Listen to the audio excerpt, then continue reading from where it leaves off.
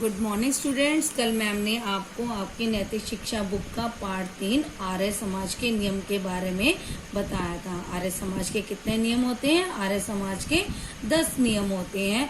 इसमें से हमने 6 तक के नियमों को पढ़ा था और उनके बारे में जाना था। और जो व्यक्ति इन आर्य समाज के 10 नियमों का पालन करता है, केवल वही व्यक्ति ही आर्य समाज का सदस्य कहलाता है। तो आज हम इसके आगे का पार्ट पढ़ेंगे।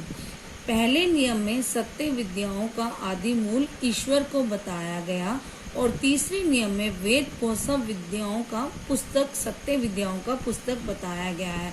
अर्थात जो हमने आर्य समाज का पहला नियम पढ़ा था, उसमें सभी सत्य विद्याओं का आदि मूल किसको बताया गया था? केवल ईश्वर को ही बताया गया था।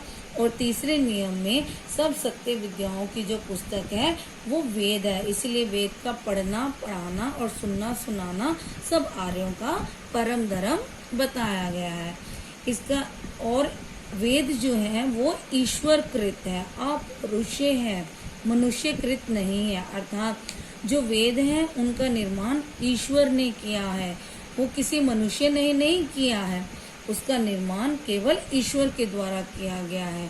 सृष्टि के आदि में चारों वेदों का ज्ञान अग्नि, वायु, आदित्य और अंगिरा नाम के 4 ऋषियों को ईश्वर ने उनके आत्मा में दिया। अर्थात जो हमारे 4 वेद हैं, ऋग्वेद, सामवेद, यजुर्वेद और अथर्ववेद, उन सब को ईश्वर ने चारों ऋषियों अग्नि, वायु, आदित्य और अंगिरा को दिया था। दूसरे ऋषियों ने उनसे इस ज्ञान का श्रवण किया, अर्थात उन्होंने ईश्वर से इन वेदों के बारे में सुना और उन वेदों में क्या लिखा हुआ इसके बारे में जाना। इस प्रकार परवर्ती ऋषि पूर्ववर्ती ऋषियों से इस अपौरुषीय ज्ञान का श्रवण करते रहे।